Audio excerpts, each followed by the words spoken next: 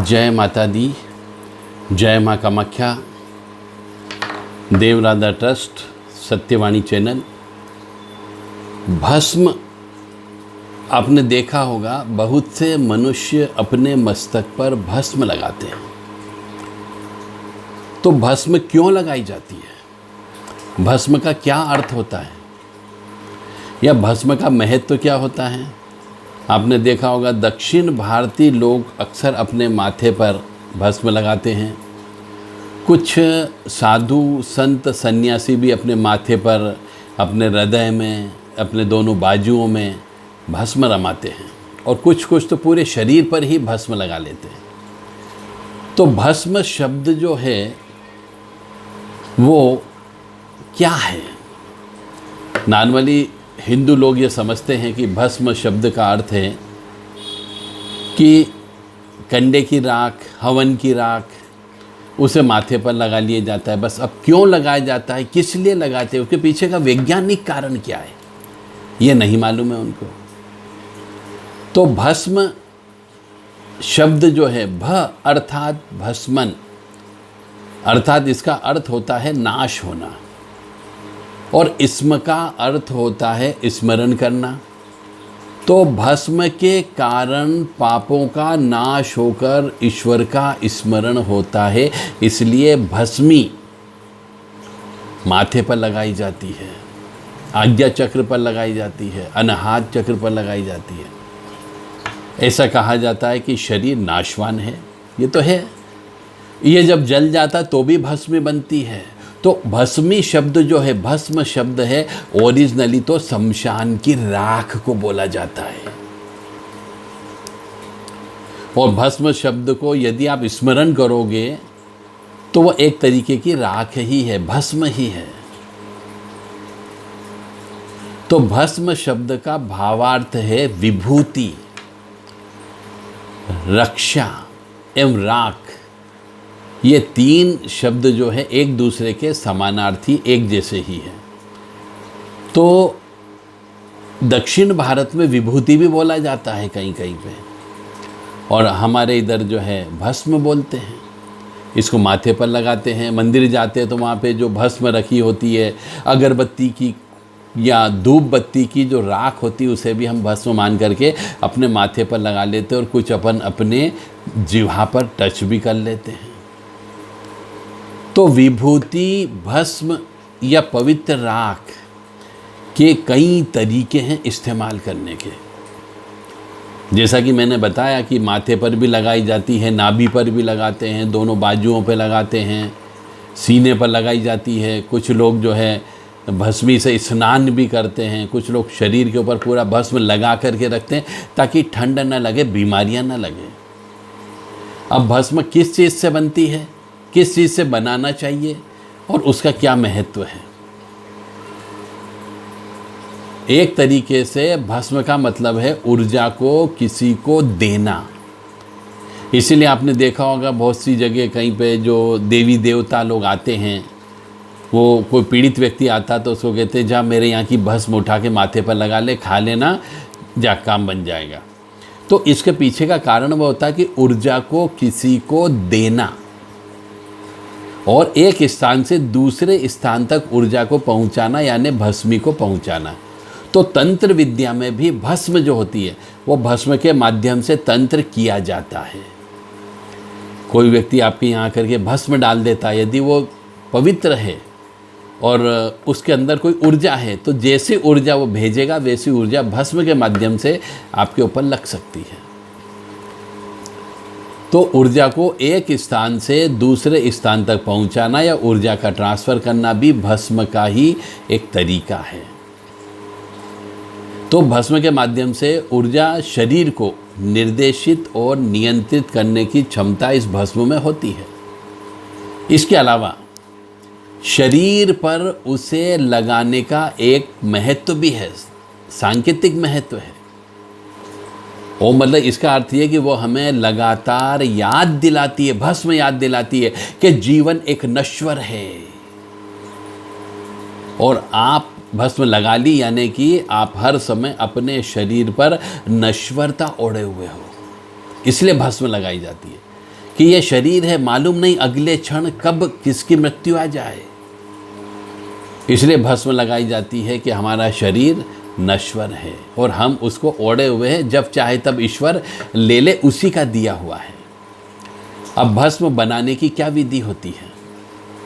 आम तौर पर जो योगी लोग होते हैं, अघोरी, ओघड़, लंगोट में रहने वाले साधु, वो शमशान भूमि से यानी शव से उठाई गई राख का इस्तेमाल करते हैं। जो योगी लोग होते, इसलिए कहते हैं काले कपड़े वालों से दूर रहना, क्योंकि उनके पास शमशान की राख होती। यदि वो तुम्हारे सिर पर डाल देंगे, तुम्हें वशीकरण कर देंगे। तुम्हारी दुकान पे डाल दी तो दुकान बंद हो जाती है, घर मकान के ऊपर डाल दी तो घर मकान की बंधन हो जाता है, क्योंकि वो शमशान की राख आ जाती है और उसमें ऊर्जा रहती है और ऊर्जा ही हस्तांतरित हो जाती, ट्रांसफ़र हो जाती, वो आपके घर पे आकर के बैठ जाती है। और शमशान की ऊर्जा यदि आपके घर पे आकर के बैठ गई तो आपका तहस नहस हो जाता है। इसलिए शमशान की राख को घर में नहीं लाना चाहिए। इसलिए जब कोई व्यक्ति मर जाता है तो उसकी जो हांडी होती है, यानी कि शमशान की जो राख होती है और उसकी जो फूल होते हैं, हड्डियाँ होती हैं, उसे नदी में विसर्जन किया जाता है। तो भस्म जो है, जो शमशान की भस्म होती है यानी शव की जो राख होती है, उसे योगी जन ही प्रयोग कर सकते हैं। वही अपने माथे पर लगा सकते हैं, वही अपने शरीर पर लगा सकते हैं, कोई दूसरा नहीं लगा सकता। और यदि दूसरे ने लगा लिया तो पागल हो सकता है। इसलिए शमशान की राख से कभी नहाने का प्रयास मत करना, शमशान की राख से अपने माथे पर लगाने का प्रयास मत करना, क्योंकि बहुत से व्यक्ति इसका इस्तेमाल नहीं कर सकते। तो इसका दूसरा विकल्प क्या है कि केवल योगी लोग ही भस्म लगाएंगे क्या, और अन्य लोग भी लगा सकते हैं? तो उसका दूसरा विकल्प है गाय का गोबर। इस गाय के गोबर को, जो सूखा गोबर होता है, जो जमीन पे नहीं गिरा जाता है, यानी गाय जब गोबर दे रही होती है, निकाल रही होती है, उस समय उस गोबर को तगारी में इकट्ठा कर लिया जाता है, हाथ में झेल लिया जाता है, ज़मीन पे नहीं गिरने दिया जाता है। और फिर उसको घी, देशी घी, शहद, कपूर ये डाल करके उसको जला दिया जाता है। उसको छान करके जो भस्म बनती है उसे भी भस्म बोला जाता है। मतलब मूल सामग्री उसमें रहती है गाय का गोबर। अगर यह भस्म भी इस्तेमाल कोई नहीं कर सकता है तो चावल की जो भूसी होती है उससे भस्म तैयार की जाती है। अंदर चावल की भस्मी नहीं होती, चावल की भूसी से भस्म तैयार की जाती है। यहाँ इस बात का कहने का अर्थ यह है कि शरीर का जो मूल पदार्थ है, मूल पदार्थ यानी कि ये अंदर का, उसको निकाल दिया जाता है। बस उसकी भूसी यानी बाहरी परत होती है, उसे चावल की भूसी कहा जाता है, उससे भस्मी तैयार की जाती है। तो देशी गाय का गोबर धरती पर गिरने के पहले उसको ले लेना चाहिए, इकट्ठा कर लेना चाहिए। और इस गोबर से बने उपले को जलाने पर जो राख बनती है उसे सही भस्म कहते हैं, जो घर परिवार वाले भी इसका प्रयोग कर सकते हैं। जिस स्थान पर भस्म को सिद्ध करना है उस स्थान को गोबर से लीपना चाहिए, गोमूत्र का छिड़काव करना चाहिए और विभूति का तीर्थ छिड़क कर स्नान को शुद्ध करना चाहिए, रंगोली बना देना चाहिए। और उसके बाद में हवन पात्र जो तांबे का होता है या कोई भी चौड़ा पात्र हो, उसमें उपले रख लो, उन पर देशी गाय का ही घी डालें, कपूर डालें और कुल देवता, इष्ट देवता और गुरु से प्रार्थना कर कपूर से उपले को जला देना चाहिए। यानी यहाँ पर भी पूजन तो आपको करना ही करना पड़ेगा भस्म बनाने के लिए भी। कुल देवता और इष्ट देवता का नाम जप करना चाहिए जब तक वो उपला जलता है, तब तक।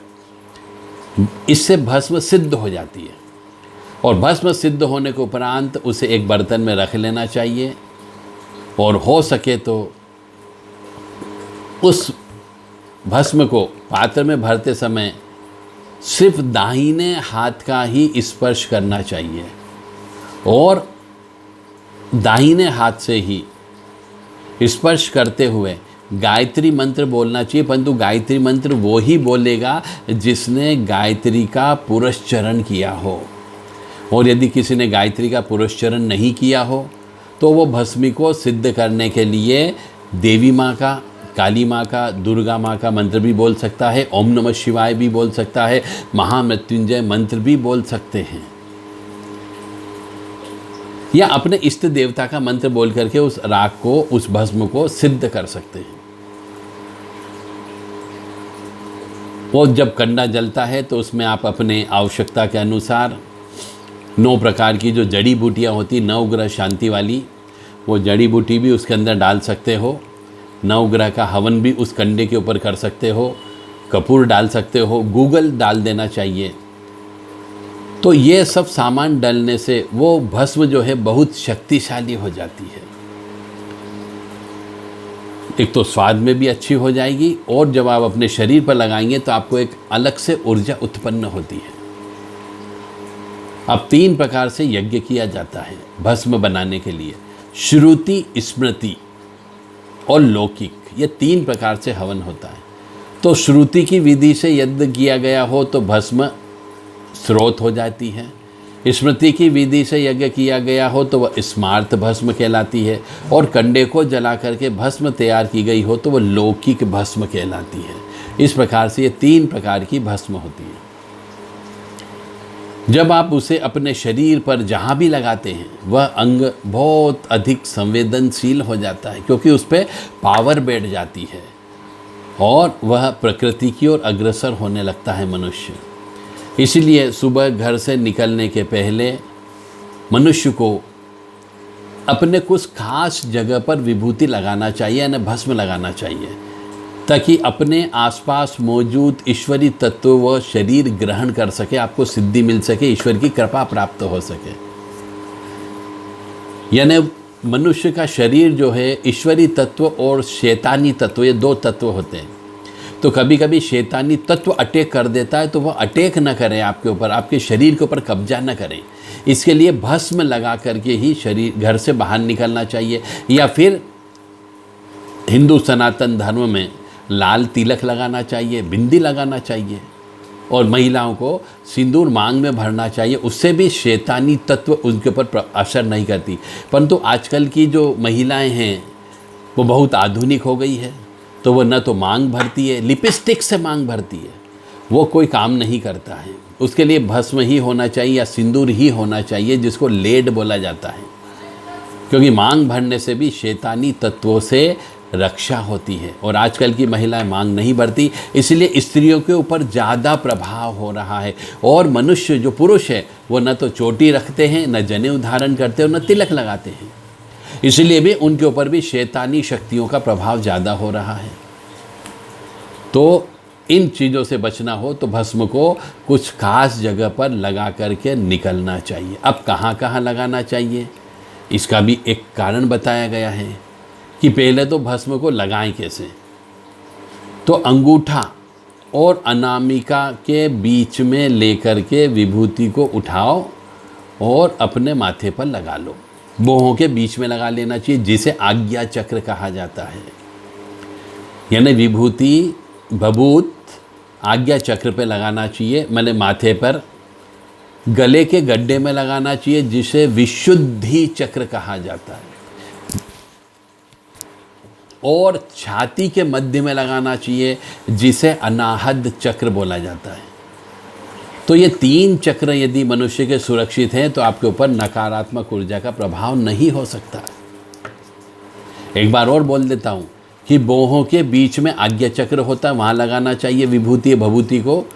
गले के गड्ढे में लगाना चाहिए, जिसे विशुद्धि चक्र कहा जाता है। और छाती के मध्य में लगाना चाहिए, जहाँ पर अनाहद चक्र होता है। भारत में नियम यह है कि इन तीनों बिंदुओं पर विभूति जरूर लगाना चाहिए, क्योंकि ये क्षेत्र ही सबसे ज़्यादा संवेदनशील होते हैं। तिलक या भस्म अनाहत चक्र पर इसलिए लगाई जाती ताकि आप जीवन को प्रेम के रूप में ग्रहण कर सकें। विशुद्धि चक्र पर इसलिए लगाई जाती है कि आप जीवन को शक्ति के रूप में ग्रहण कर सको, और ये विभूति भभूति लगाने से शारीरिक मानसिक शक्ति प्राप्त होती है और मनुष्य शक्तिशाली भी हो जाता है। विभूति लगाने का उद्देश्य केवल यह है कि जीवन ऊर्जा जो होती है उसे मजबूत बनाना होता है, उसे शक्तिशाली बनाना होता है, ताकि आपके ऊपर नकारात्मक ऊर्जा का प्रभाव न हो। यानी एक तरीके का यह तांत्रिक विधान है बचने का। और एक इंसान के भीतर की जो छिपी हुई शक्ति होती वह भी इस विभूति लगाने से जागृत हो जाती है।